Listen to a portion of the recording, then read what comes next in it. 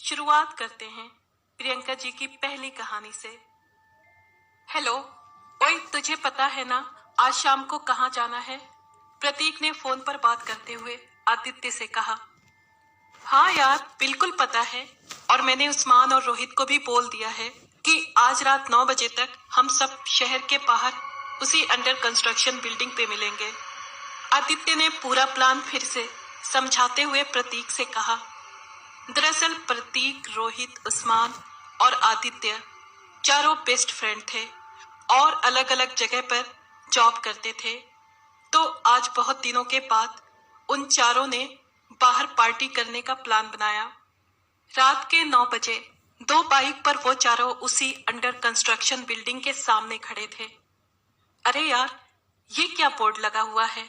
आदित्य ने कहा। अबे कुछ नहीं है यार, रुक मैं देखता हूँ। और ऐसा कहकर उस्मान उस बोर्ड पर लिखा नोटिस पढ़ने लगा। ये घर मेरा है, यानी कमला देवी चौहान का, और बिना मेरी इजाजत के इसके अंदर पैर रखना भी मना है। अबे ये कैसी वार्निंग है यार? उस्मान ने नोटिस पढ़ते हुए ठहाका लगाते हुए कहा।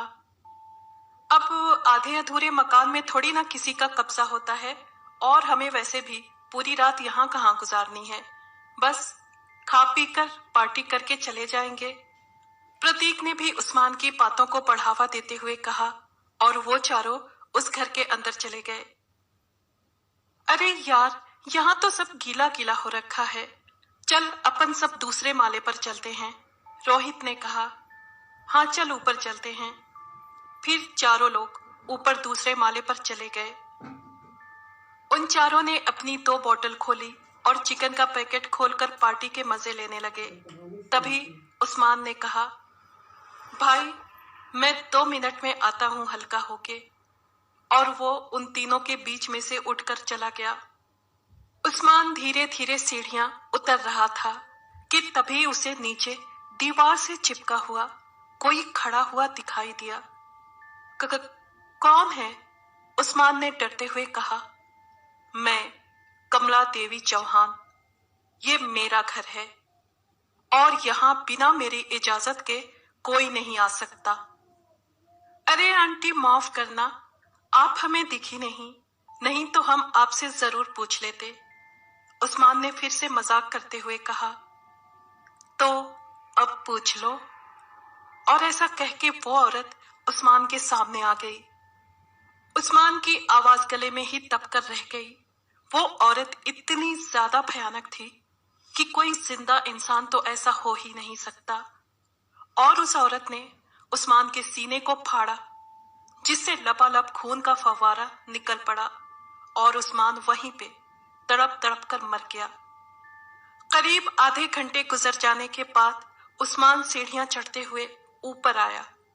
अबे कितनी देर तक हल्का हो रहा था? आदित्य ने तंज कसते हुए कहा। उस्मान अपने सर को झुकाए हुए था और उसने बेहद ही डरावनी आवाज में कहा, मुझे भी चिकन खिलाओ। अबे तू हमको डरा क्यों रहा है? चिकन खाना है तो खा, ये ले। और ऐसा कहकर प्रतीक ने पूरा चिकन उसके आगे रख दिया और उस्मान उस चिकन को एक नवाले में निगल गया। ये देख के वो तीनों की हैरत की कोई सीमा नहीं रही। अबे तू सटक गया है क्या? ये क्या अजीब अजीब हरकत करके सबको डरा रहा है? तीनों ने डरते हुए कहा। मैं उस्मान नहीं हूं, मैं कमला देवी हूं। मी कमला देवी आहे। ये तू मराठी क्यों बोल रहा है बे? रोहित ने अपनी बात पूरी भी नहीं की थी कि उस्मान ने अपना सर ऊपर किया तो तीनों के डर के मारे चीख निकल गई। उस्मान पूरा खून से लथपथ था और उसके गले से अभी भी खून बह रहा था। उसकी शक्ल इतनी डरावनी थी कि उसे देखकर उन तीनों के शरीर में जैसे खून दौड़ना बंद हो गया था। वो तीनों उस फ्लोर से नीचे को उतरकर भागने लगे कि रोहित का पैर एक चीज से टकराया, और जब उसने गौर किया तो देखा कि वो उस्मान की लाश थी। वो तीनों बाहर मेन गेट की तरफ भाग ही रहे थे कि प्रतीक को किसी ने पीछे से पैर से पकड़कर खींच लिया और आदित्य और रोहित के सामने उस्मान के रूप में जो कमला देवी थी, उसी ने उसके सीने को चीर दिया।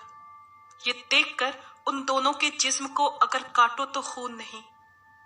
वो जैसे तैसे करके गेट को खोल पाए, लेकिन उस आत्मा ने दोनों को अपनी ताकत से उठाकर उस बिल्डिंग से बाहर फेंक दिया। रोहित और आदित्य के हाथ पैर की हड्डियां तो टूट चुकी थी, उनको बहुत चोट आई थी। फिर भी जैसे तैसे दोनों किसी से मदद लेकर अपने घर गए। 15 दिन तक दोनों हॉस्पिटल में थे और उनकी हड्डियां टूट जाने के बाद दोनों व्हील चेयर पर आ गए।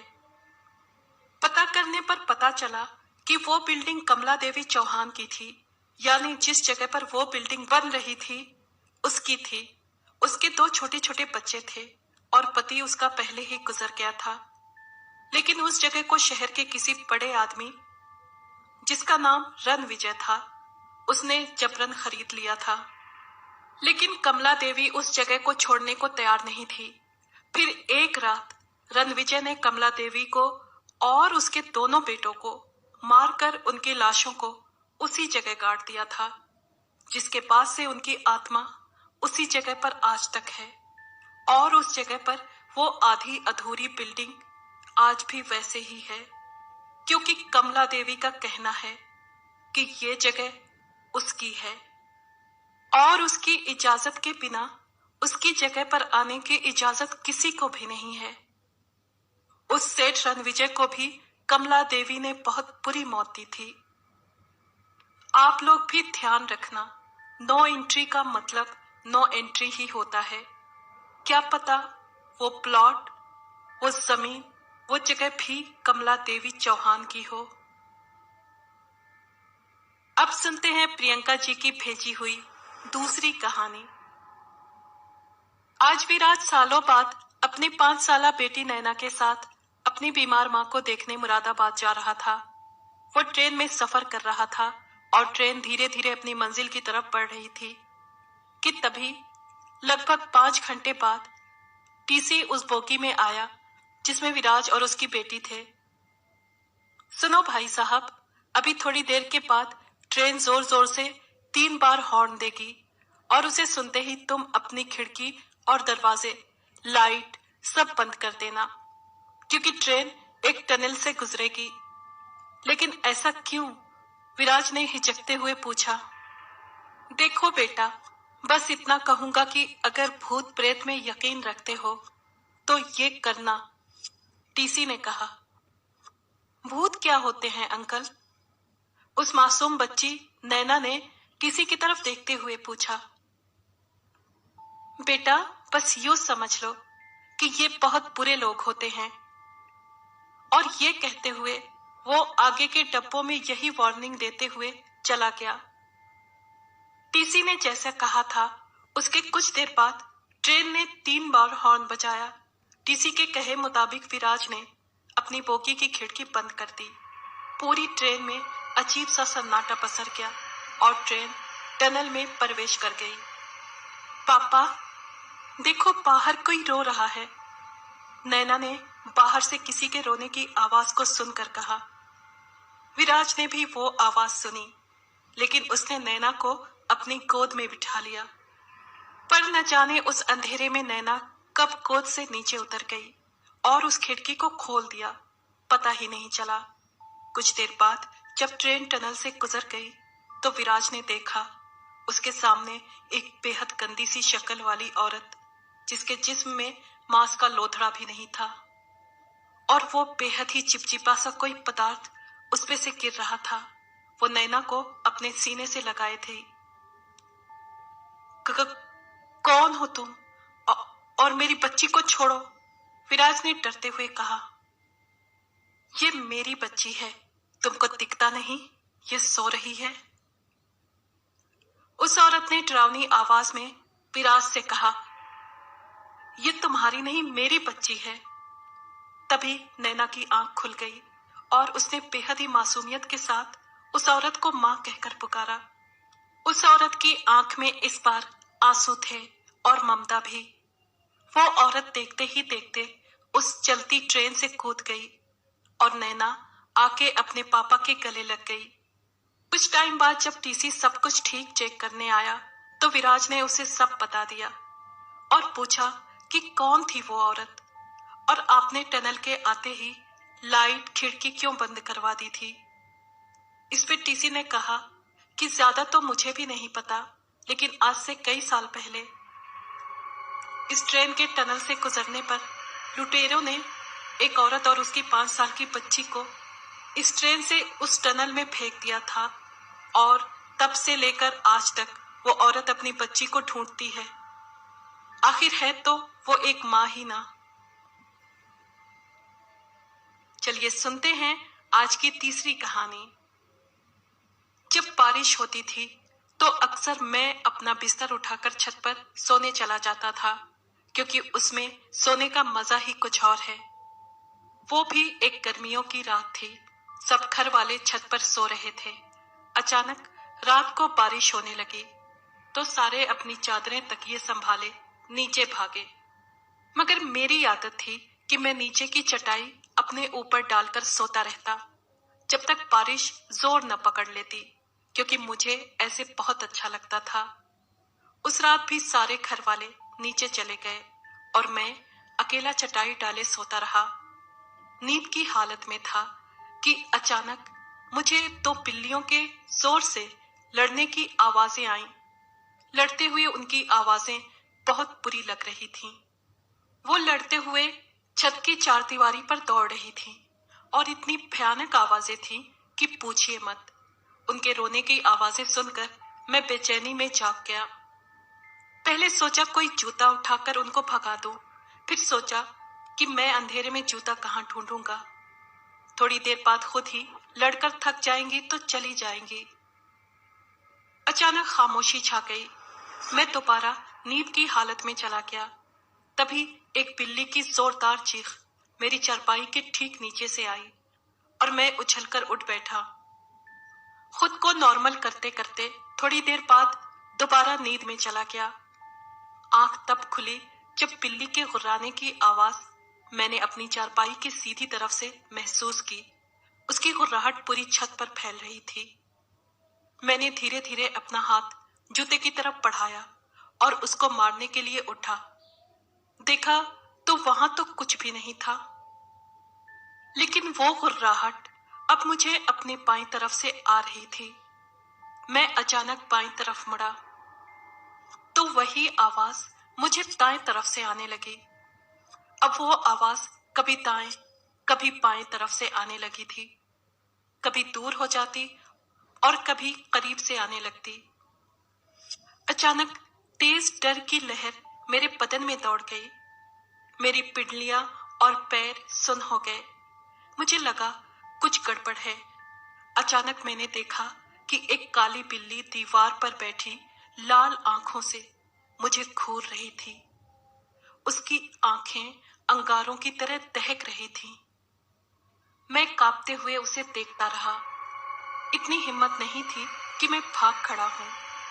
फिर वो अचानक बड़ी होने लगी और मेरे देखते ही देखते वो बकरे जितनी बड़ी हो गई और ऐसी नजर आ रही थी जैसे काला चीता होता है, क्योंकि वो बिल्कुल काली बिल्ली थी। फिर अचानक उसने ऐसी पोजीशन ली जैसे वो दीवार पर मुझ पर छलांग लगाने वाली हो। मेरे मुंह से एक जोरदार चीख निकली। मैं एक ही छलांग में नीचे उतरा और सीढ़ियों की तरफ भागा। मेरी चीख इतनी तेज थी कि मेरे अम्मी, अब्बू और बड़ा भाई आंगन में आ गए और मैं सीढ़ियों से नीचे आते ही गिरकर बेहोश हो गया। मगर परेशानियां खत्म नहीं हुई। कुछ दिनों तक मुझे डरावने ख्वाब आते रहे। मुझे वही बिल्ली नजर आती जो कभी मेरे गर्दन पर दांत गाड़े हुए होती, कभी वो मेरा खून चाट रही होती। मैं नींद में चीखने लगता।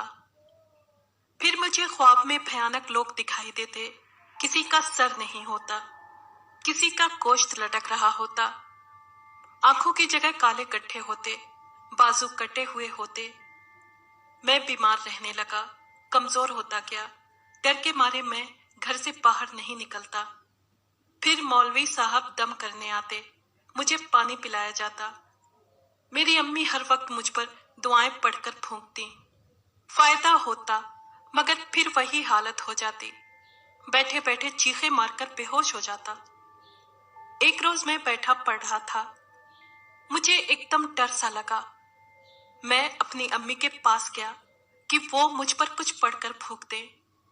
मेरी अम्मी मेरी तरफ पीठ किए अलमारी खोले कपड़े तह कर रही थी। मैंने अम्मी को पुकारा, मगर उन्होंने मुझे जवाब नहीं दिया। मैं उनके करीब गया और उनको आवाज दी तो उन्होंने मुझे मुड़कर देखा, मगर वो मेरी अम्मी नहीं थी। वो खौफनाक शक्ल की औरत थी। उसका रंग तांबे जैसा था।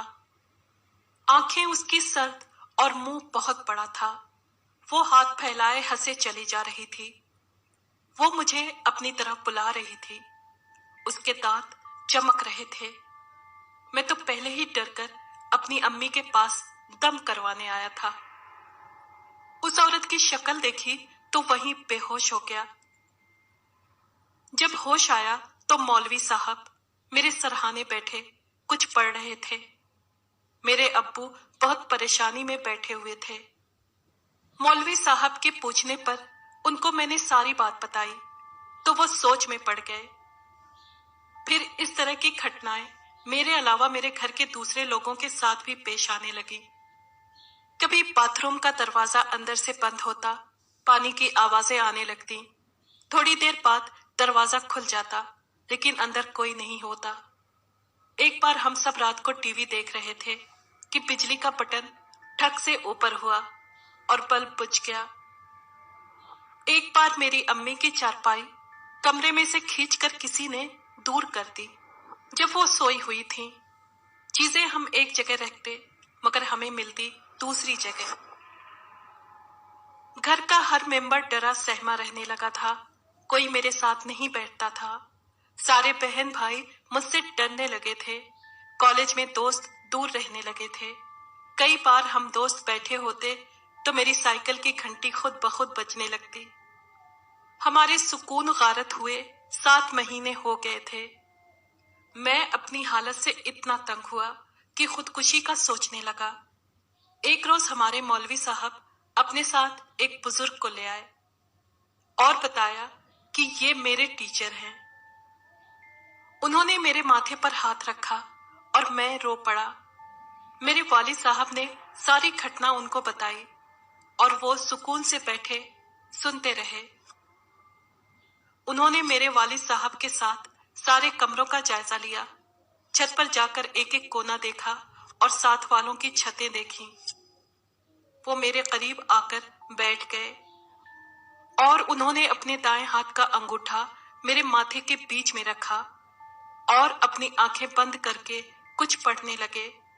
मुझे ऐसा लगा जैसे कोई मेरी खाल को खींच रहा हो। मेरी चीखें नहीं रुक रही थी। मैं उनका अंगूठा अपने माथे से हटाना चाहता था, मगर उनका हाथ तक नहीं हिला सका। मेरा भाई मुझे बताता है कि वो 1 घंटे से ज्यादा कुछ पढ़ते रहे और तुम्हारी दिल दहला देने वाली चीखें सुनना हमारे बस से बाहर था। धीरे धीरे मैं नॉर्मल होता चला गया। आंखें खोली तो वो मुझे देख रहे थे। उनके चेहरे पर मुस्कुराहट थी। उन्होंने पानी मंगवाकर दम किया। कमरे के हर कोने में पानी छिड़का गया और 2 घूंट पानी मुझे पिला दिए। वो 2 घूंट पानी ऐसे जैसे कोई आबे हयात यानी अमृत था कि पीते ही मेरे सर से 7 महीने का चढ़ा हुआ बोझ उतर गया। मेरे कंधे हल्के हो गए। मेरे जिस्म में सुकून दौड़ने लगा। मेरी बुझी बुझी आंखें ठीक हो गईं। मैं उठ गया और उनकी हथेली पर सर रखकर रोने लगा। वो मेरे सर पर हाथ फेरने लगे। उन्होंने सब घर वालों से कहा, दुआएं पढ़ते रहो, कोई बला करीब नहीं आएगी, और जो आई थी वो मैं बांध कर अपने साथ ले जा रहा हूं। ऊपर वाला इस घर की हिफाजत करे। फिर वो चले गए।